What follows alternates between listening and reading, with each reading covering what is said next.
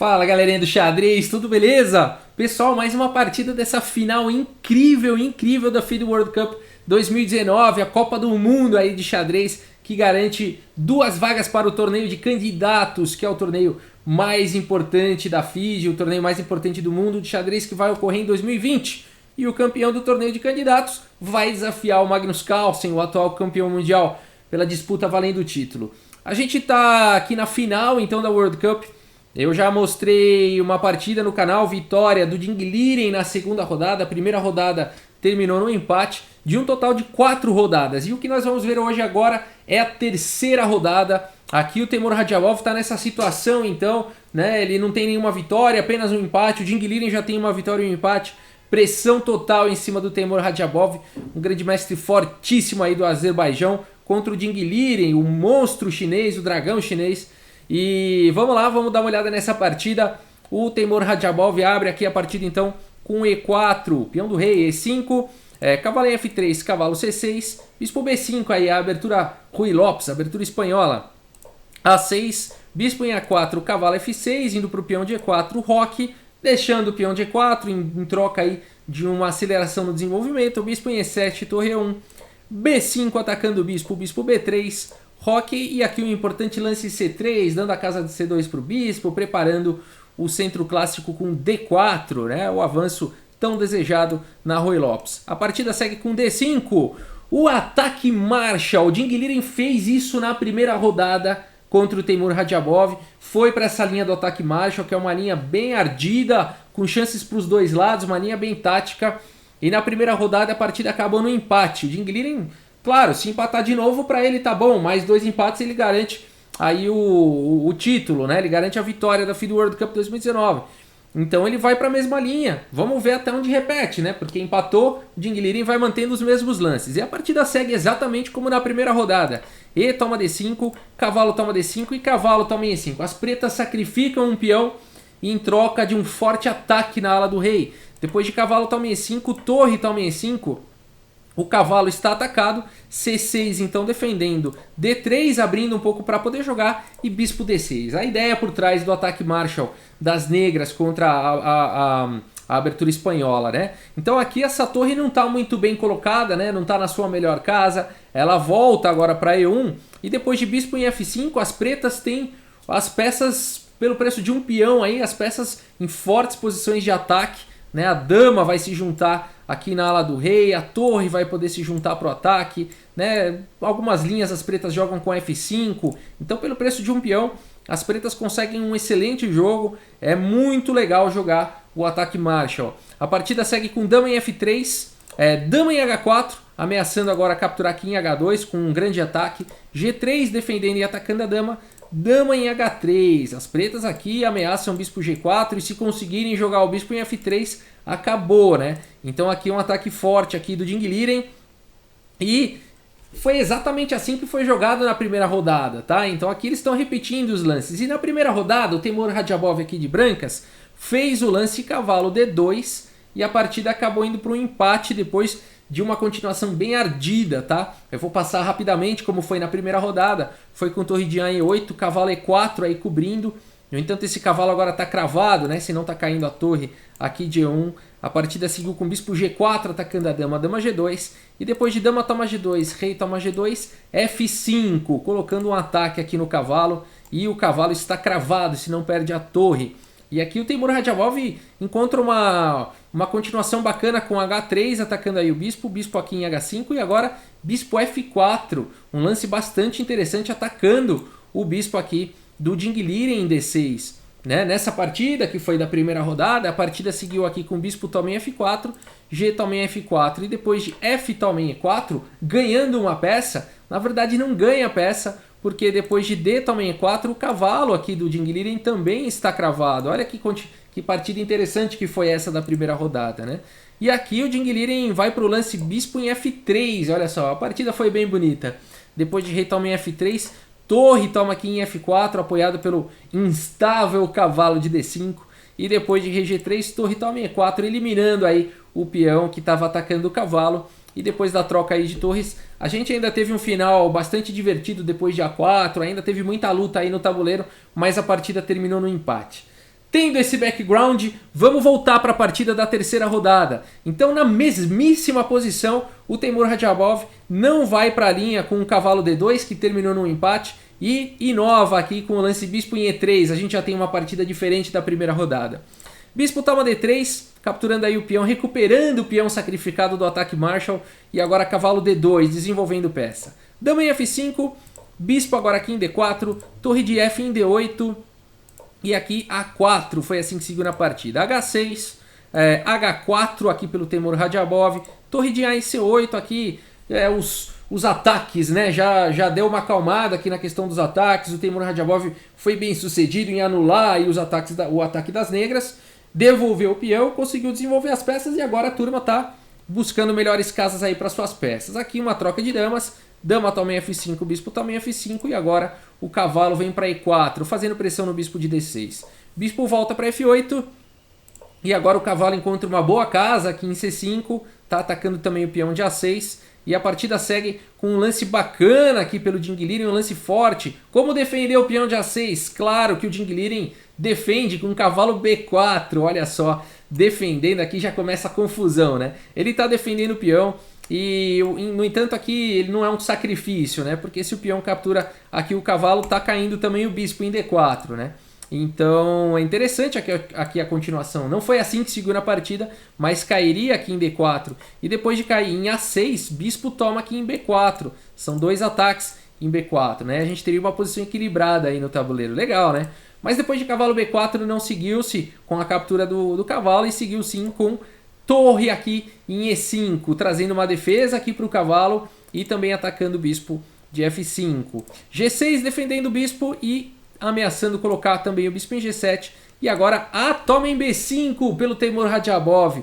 Olha só, sensacional, não temendo, né? Não temendo as linhas aqui com o bispo G7, por exemplo. Não foi o lance jogado na partida, mas aqui ele faria uma continuação brilhante aqui. Bom, poderia jogar com torre toma em F5 e tem linhas bonitas também com B6 ou B toma em A6, tá? Então teria muita continuação interessante numa posição como essa, tá? Mas não foi dessa forma que seguiu.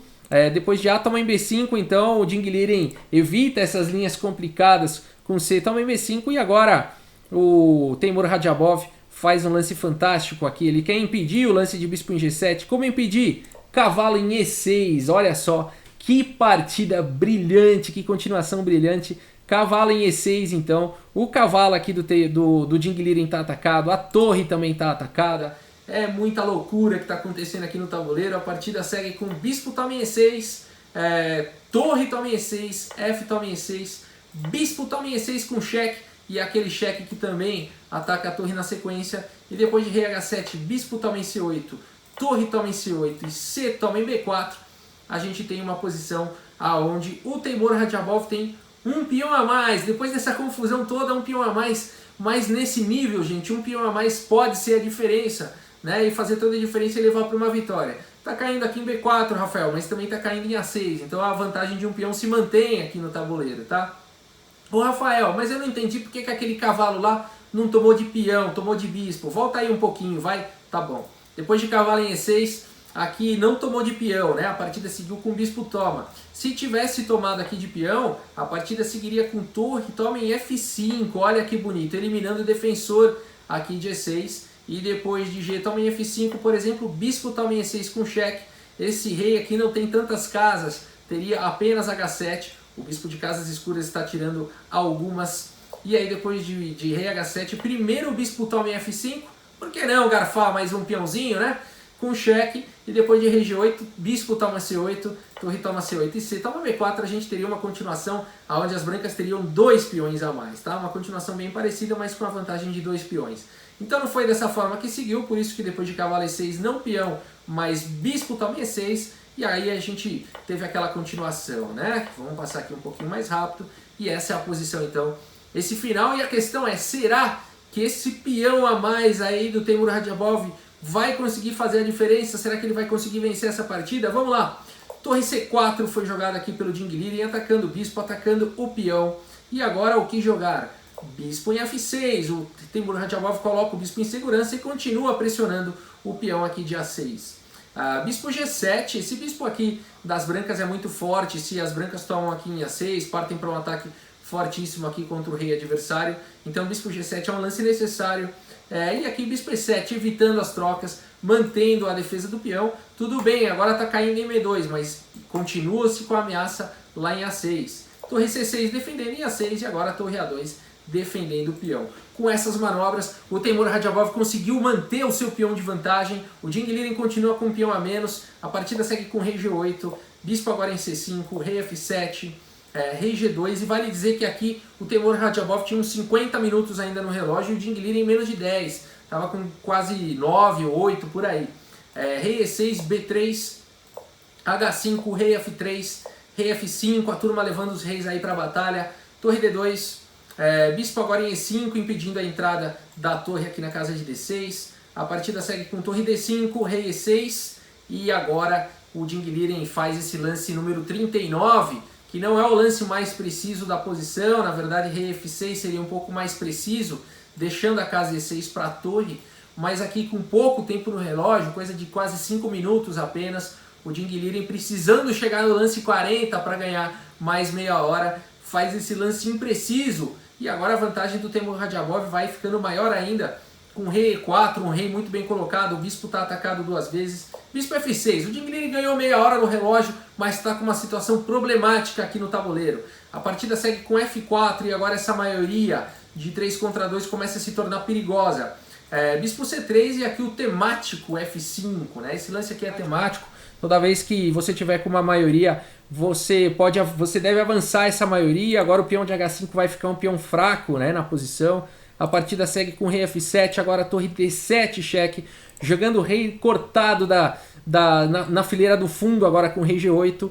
E agora bispo D6, né, esse lance aqui, ele bloqueia, faz um bloqueio aqui em G6. A partida segue com G, também F5, cheque, rei também F5, o bispo volta aqui para G7. E depois de rei G5, o Ding Liren abandona a partida, meus amigos. O peão de H5 vai cair, as brancas vão ficar com 2 peões passados e conectados aqui, né? Uma vantagem com certeza vencedora, posição sólida, né? O rei das negras cortado da posição, as brancas com o rei extremamente ativo. Não dá para o Ding Liren jogar isso contra ninguém, né? E aí, enfim, nessa posição então o Ding Liren abandonou. E que vitória, em que momento importante, né? A vitória do Teimur Radjabov, uma partida maravilhosa, num momento extremamente importante da final aí da FIDE World Cup, empatando então o match, uma vitória para cada um, uma vitória para o Ding Liren, uma vitória para o Teimur Radjabov. E aqui então a gente vai ter uma 4ª rodada quentíssima, quentíssima, porque ela pode definir o campeão da FIDE World Cup. Né? Se terminar no empate, a 4ª rodada, então aí a gente vai ter mais um dia com os tie breaks, partidas mais rápidas, blitz, e aí se até preciso for uma partida de Armageddon. Aí não vai ter jeito, apenas um jogador vai sair vitorioso da FIDE World Cup 2019. Mas uma coisa é certa, ambos os jogadores aqui já garantiram as suas vagas para o torneio de candidatos de 2020 e a gente está vendo partidas belíssimas aí no tabuleiro, né? Eu vou pro meu momento covardia, aqui o momento covardia. Eu vou vencer essa posição agora contra o Stockfish no nível máximo para ilustrar por que essa posição é vencedora. Afinal de contas, um peão a mais só aqui na posição, será que é vantagem para vencer? Claro que é, por conta de tudo isso que eu comentei, peças mais ativas, um rei cortado, o peão que vai cair vai deixar com 2 peões passados e conectados, né? Não é apenas um peão de vantagem aqui no tabuleiro, é tudo isso de vantagem, né? Então vamos para o momento covardia. Vamos bater aqui no Stockfish, vamos continuar daqui, jogar contra o computador e vamos lá. Eu vou jogar de brancas, porque eu não sou louco de jogar de negras isso contra o Stockfish. Vamos lá, ele está demorando um pouquinho, pronto, carregou. Legal. Aí o Stockfish já jogou então agora bispo em F8. O que jogar? O que jogar, meus amigos? O que jogar? Vamos pensar aí num plano. Bom, torre D8 não funciona, porque torre toma D6, né? Aí eu perco uma peça. Acho que não vale a pena fazer isso. Eu posso... Vamos no simples e seguro? Vou trocar o bispo. O rei vai ficar cortado aí na fileira do fundo. Eu troco o bispo, toma ali em H5. Mesmo que ele venha ideias com ideias como torre C3, atacando meus 2 peões de G e de B. eu posso seguir, enfim, simplesmente com G4, G5 e ir avançando esses dois peões aí e tentar até algum ataque de checkmate contra o rei adversário, né? Será que vai funcionar? Ou será que o Stockfish vai conseguir capturar os meus peões da ala da dama e vai virar essa partida e vai me vencer? Não sei. Só jogando eu vou descobrir. Então vamos lá. Bispo toma aqui em F8. É claro que ele vai tomar. E agora eu posso tomar aqui, mas eu também não preciso ter pressa porque ele não tem cheque, ele não tem torre defende. Posso até jogar um lance como torre A6, torre A7, né? Porque aí eu criei já fantasmas, né? Eu já criei fantasmas que ele vai capturar os meus peões na ala da dama e depois vai acabar comigo, né? Então eu acho que eu vou partir para esse lance aí. Não, eu vou seguir o que eu falei. Rei toma em H5, deixa ele vir com torre C3. E agora eu vou avançar os peões. Vamos lá, vai. Vamos jogar com coragem. Nada de fantasmas. Vencendo os fantasmas. Esse é o nome dessa partida. Vamos avançar rapidamente ou jogar um... Vamos jogar um torre A6, vai. Que aí eu vou ficar com dois peões contra um. Ele vai ter um passado. Ou então, mas eu acho que eu tenho que jogar mais ativo aqui. Vamos avançar os peões passados. Aqui não há tempo a perder. Não há um segundo, um milésimo de tempo a perder numa posição como essa. Eu tenho que avançar esses peões rapidamente.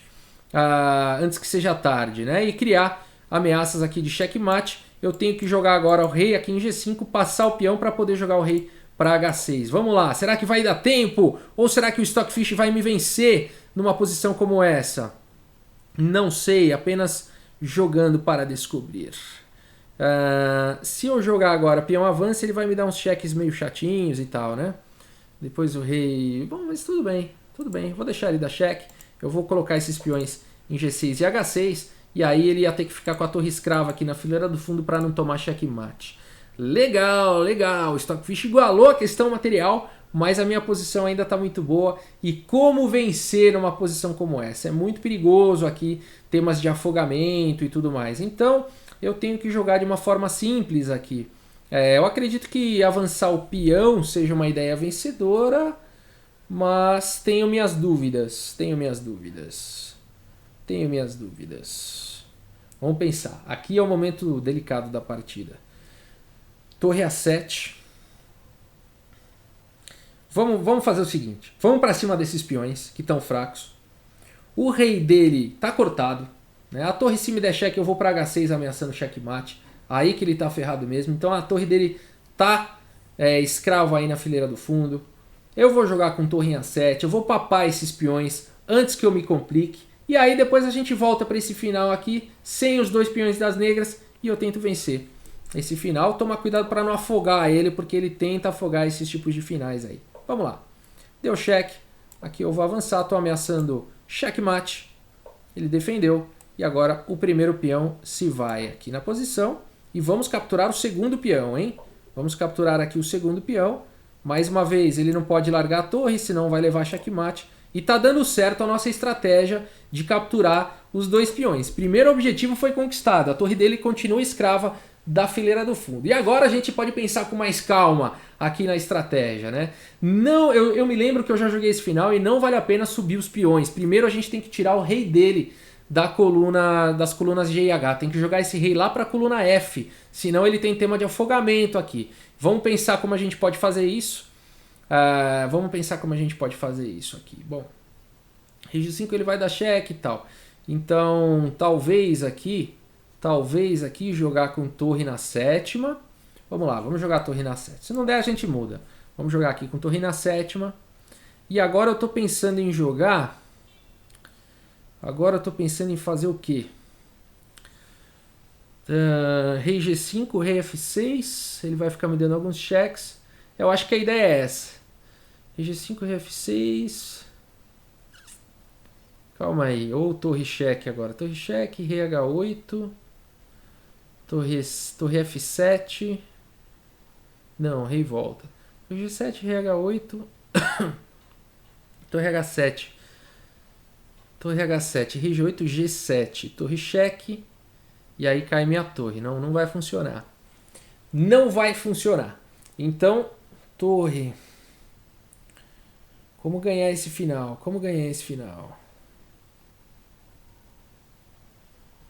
Torre F7. Qualquer coisa.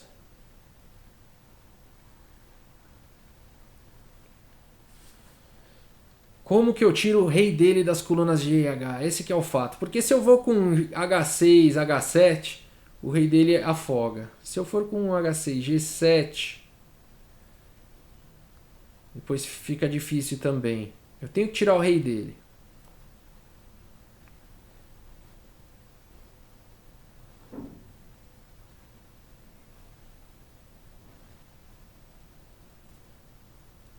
Estou pensando na seguinte linha.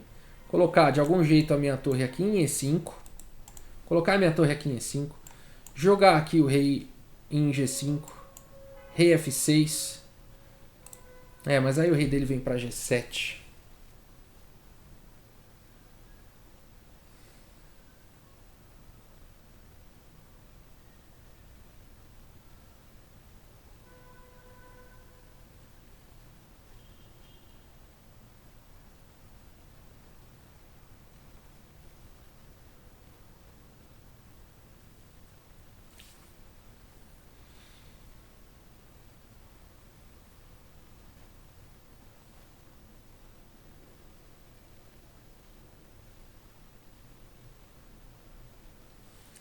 Estou pensando em jogar com a torre em E7, rei G5, deixa ele vir com cheque, rei F6. Se ele tomar o peão, ele leva mate. Se ele me der outro cheque, eu cubro com a torre.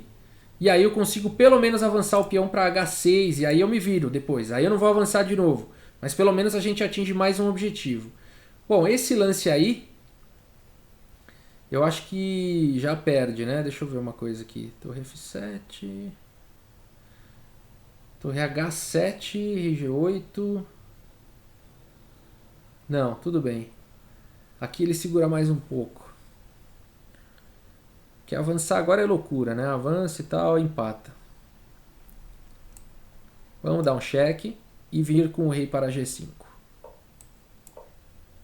Vamos avançar o peão para H6. Esse é o nosso próximo objetivo aqui.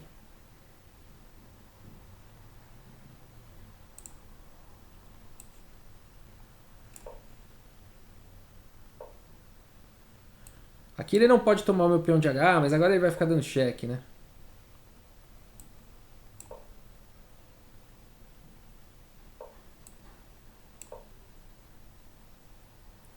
Não deu muito certo, mas deu.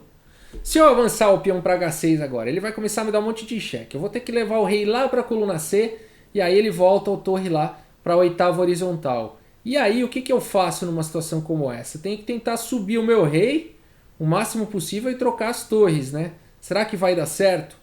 Será que vai dar certo? Ele vai subir a torre, o meu rei vai subindo, ele vai tentar alguns cheques e eu forço a troca de torres. Eu acho que dá. Vamos lá. Vamos para H6. Vai ter uma carambada de cheque agora. Deixa dar cheque. Vai ter cheque à vontade. Aí eu tô ameaçando mate, tá? Então o ponto todo é esse. Ele não pode fazer algo além de dar cheque, porque eu tô ameaçando mate. Agora, depois desse monte de cheque, eu quero jogar com o meu rei aqui subir com o rei para poder forçar a troca de torres. Será que vai dar certo? Eu acredito que sim, tá? Mas vamos lá. Jogar aqui rei C6. Ele quer me dar cheque aqui, ó. Vamos lá. Cobrir. E agora o meu rei mais uma vez aqui. E eu tô ameaçando trocar a torre. Tem que ver se não vai ter tema de afogamento, mas não tem. Ele tem que cobrir a oitava, senão leva mate. E agora eu forço a troca das torres. Legal, eu não sei se esse é o único jeito de ganhar, mas eu encontrei um jeito, hein? Eu encontrei um jeito de ganhar. E agora esse final é ganho, né? Vamos lá levar o rei.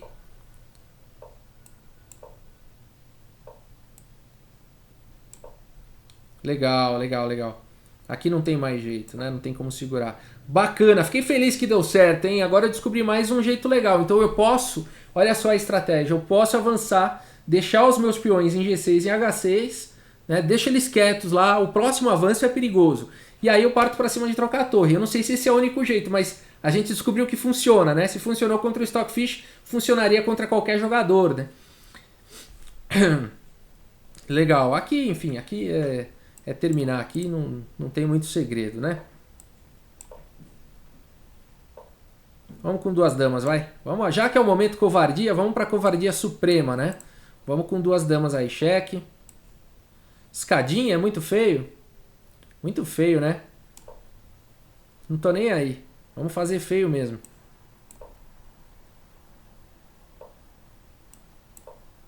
Escaditas.